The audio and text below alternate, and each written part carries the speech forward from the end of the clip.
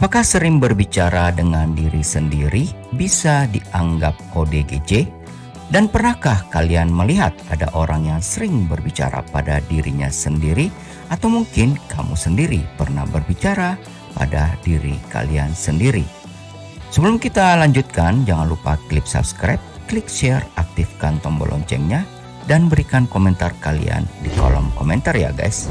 Kembali bersama podcast radio ditemani oleh Mimin Freddy. Ada 4 cara efektif berbicara pada diri sendiri. Pelajar kudu tahu nih, berbicara pada diri sendiri memiliki banyak manfaat ternyata ya. Salah satunya dapat meningkatkan kecerdasan. Hal tersebut dapat membantu mengatur pikiran dan mengasah tugas-tugas penting. Selain itu, berbicara pada diri sendiri juga dapat membantu mengurangi stres. Berbicara kepada diri sendiri mampu untuk mengurangi stres, kecemasan, serta membantu meringankan tekanan dalam hidup. Berbicara pada diri sendiri juga termasuk dalam motivasi diri sendiri. Kalian akan merasa yakin bahwa sesuatu dapat diatasi dengan baik. Alhasil, kalian akan cenderung lebih percaya diri sendiri selama masa-masa penuh tekanan. Berbicara pada diri sendiri juga dapat mempertajam kognitif. Penelitian menunjukkan berbicara sendirian dapat membantu otak berfungsi lebih baik. Samping itu,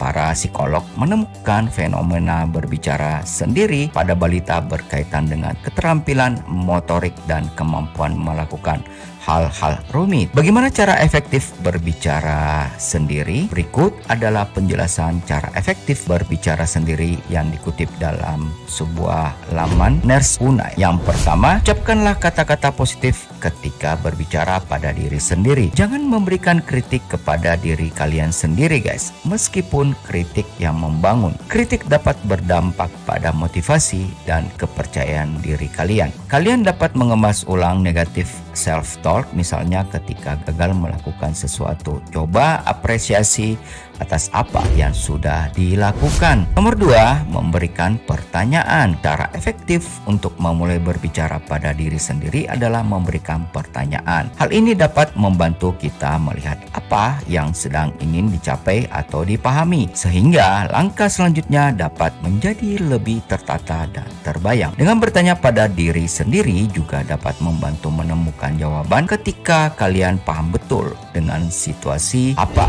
yang tengah berlangsung. Dan yang ketiga, memberi perhatian. Berikanlah perhatian pada diri Anda sendiri ketika sedang berbicara pada diri sendiri, karena kitalah satu-satunya orang yang mengenal diri sendiri ketimbang orang lain. Jadi, cobalah untuk benar-benar menjadi pendengar yang baik ketika merasa kecewa, bimbang, atau tidak tahu apa yang harus kalian lakukan. Dengan menggunakan metode ini juga dapat membantu mengenal pola yang memicu rasa stres. Nomor 4, menghindari sudut pandang orang pertama. Ketika memberikan motivasi pada diri sendiri, gunakanlah sudut pandang orang kedua maupun ketiga. Ketika mengucapkan seperti sedang berbicara pada orang lain, justru kita akan lebih mudah mempercayai dan dapat meningkatkan self-esteem pada diri kalian sendiri guys.